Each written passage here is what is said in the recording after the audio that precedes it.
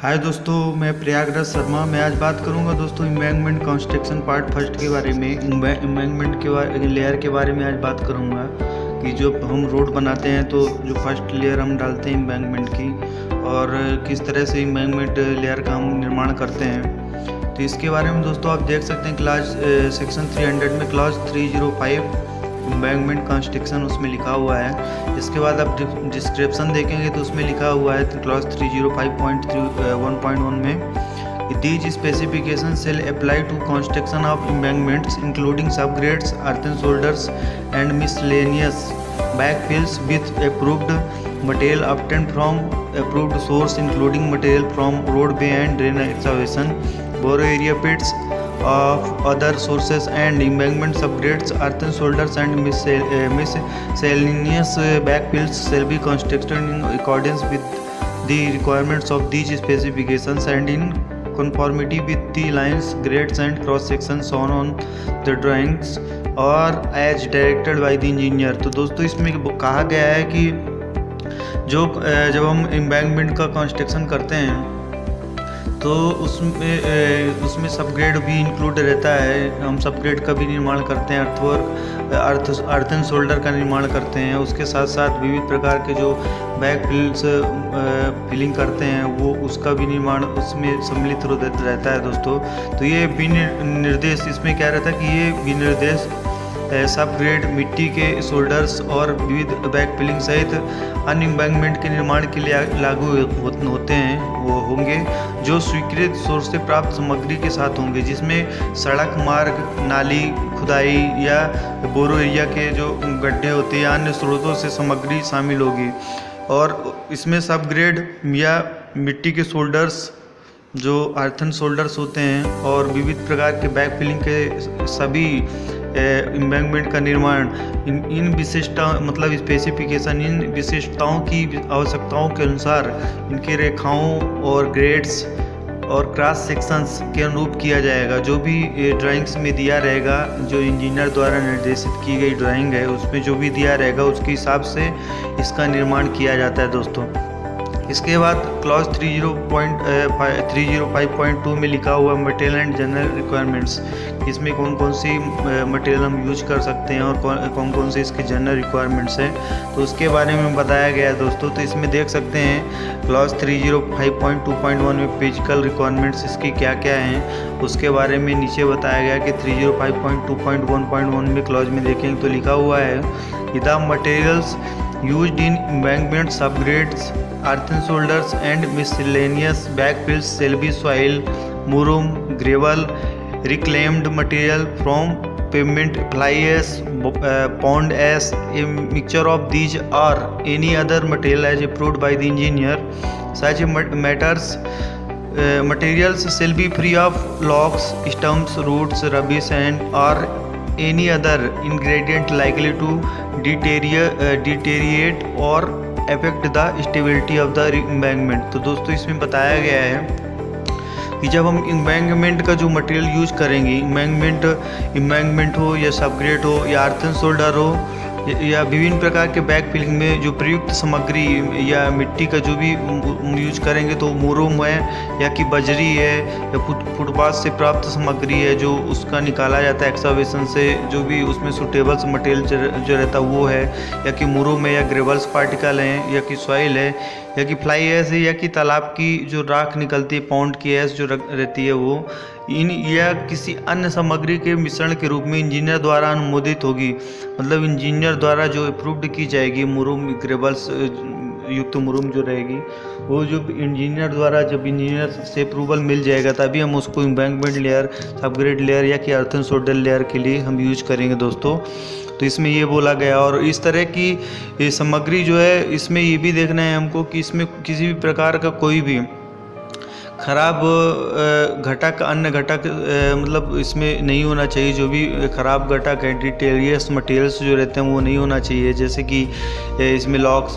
Stumps, जो roots रहती हैं, जड़ें जो रहती हैं पेड़ों की, और रबिश प्रकार कचड़े, कूड़ा करकट टाइप में जो मटेरियल रहता है, ये सब अन्य घटकों से मुक्त होगी। जो भी सॉइल का हम यूज़ करेंगे इन सभी से मुक्त होगी, और जो एम्बैंकमेंट की स्थिरता को ख़राब ना करे, प्रभावित ना करे। तो इस प्रकार का मटेरियल हमको यूज करना है, जो इनके कारण मतलब ये जो भी मटेरियल्स हैं ये इसमें अवेलेबल नहीं होना चाहिए। नहीं, इसके कारण क्या है कि एम्बैंकमेंट का जो स्टेबिलिटी है उसमें इफेक्ट पड़ता है। तो इसके लिए ये बताया गया है दोस्तों कि फिजिकल रिक्वायरमेंट्स में क्या क्या होना चाहिए। नीचे आप देखेंगे दोस्तों, इसमें बोला गया है कि the following types of material shall be considered unsuitable for embankment, कि निम्नलिखित प्रकार की सामग्री को एम्बैंकमेंट के लिए अनुपयुक्त माना जाएगा। तो इसके बारे में बोला है कि नीचे जो दिया गया है, इसके जो क्राइटेरिया दे दिया गया है कि इस प्रकार की यदि सामग्री है तो वो एम्बैंकमेंट के लिए अनसुटेबल मानी जाएगी, अनुपयुक्त मानी जाएगी। तो ये बोला गया है। जैसे ए नंबर में बोला गया कि material from swamps, marsh and bogs, मतलब दलदली जो सामग्री रहती है, दलदली जो ज़मीन से निकाला जाता है, जो दलदल टाइप का मटेरियल रहता है, वो बिल्कुल भी यूज नहीं किया जाएगा इस एम्बैंकमेंट में। तो वो बताया गया, वो अनसुटेबल माना जाएगा एम्बैंकमेंट के लिए, वो अनसुटेबल माना जाएगा। एम्बैंकमेंट हो या सबग्रेड हो या अर्थ एंड शोल्डर हो, उसके लिए वो अनसुटेबल मटेरियल माना जाएगा। इसके बाद इसमें बोला गया है B number, peat, log, stumps and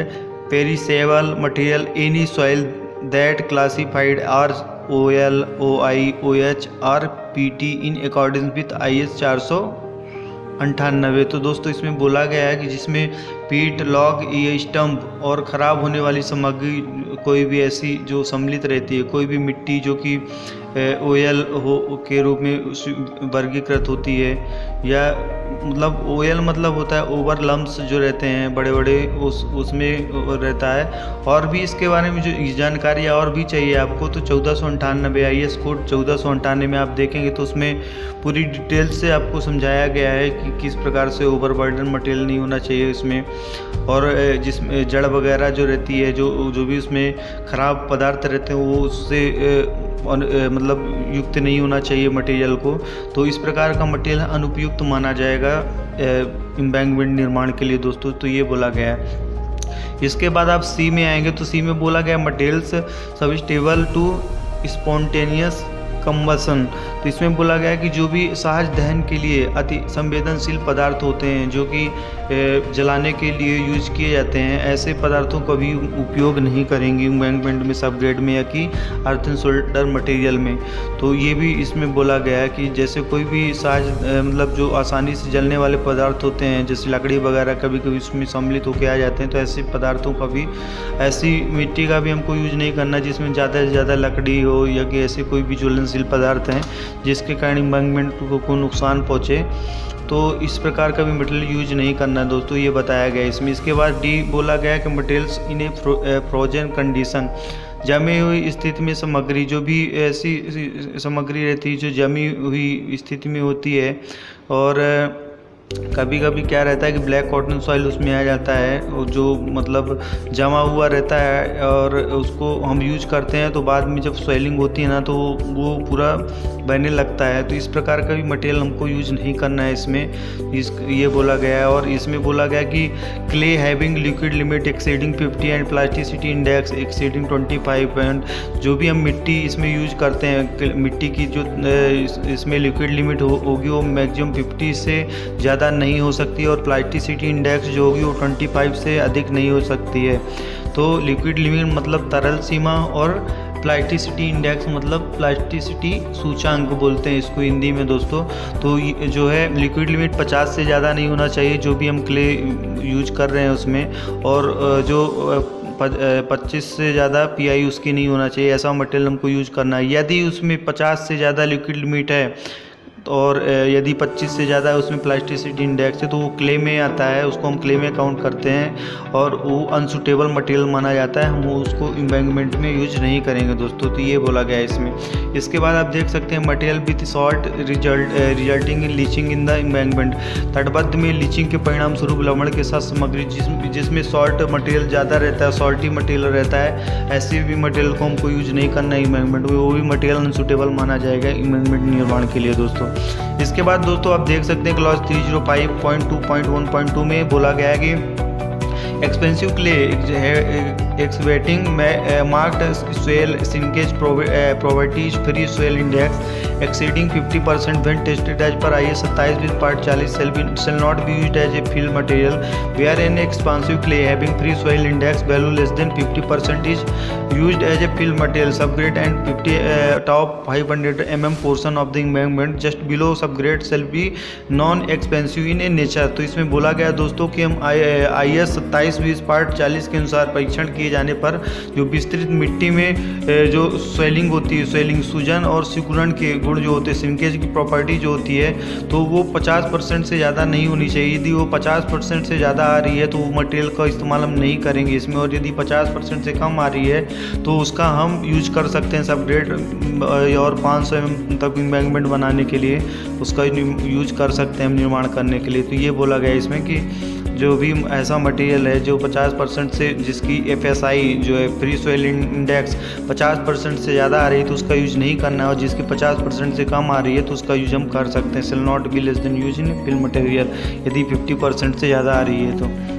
यहाँ 50% से कम मुक्त सूजन सूचांक मूल वाले एक विशाल मिट्टी का उपयोग भरण सामग्री के रूप में किया जाता है, और उप ग्रेड के ठीक नीचे मतलब सब ग्रेड के ठीक नीचे एम्बैंकमेंट के सिर्फ 500 mm हिस्से में प्रकृति में गैर विस्तारक होगा, उसमें भी इसका यूज किया जा सकता है दोस्तों। तो इस तरह की सामग्री यूज करना, इसमें 3 पॉइंट वेरी इंपॉर्टेंट्स हैं मटेरियल के लिए कि पहली तो लिक्विड लिमिट जो है 50 से ज़्यादा नहीं होना चाहिए, जब 50 से ज़्यादा है तो उसको हम अनसूटेबल मटेरियल मानेंगे, और यदि PI उसकी 25 से ज़्यादा तो अनसूटेबल मटेरियल में आएगा, और यदि 25 से कम है तो सूटेबल मटेरियल में उसको लिया जाएगा दोस्तों। इसके बाद FSI यदि 50 से ज़्यादा आती है तो अनसूटेबल मटेरियल माना जाएगा दोस्तों, और यदि 50 से कम आती है तो सूटेबल मटेरियल माना जाएगा। उसको यूज हम एम्बैंकमेंट सबग्रेड या अर्थन शोल्डर के निर्माण में कर सकते हैं, तो ये बोला गया है इसमें। तो इसलिए दोस्तों आपको इसमें समझ में आया होगा। Thank you so much.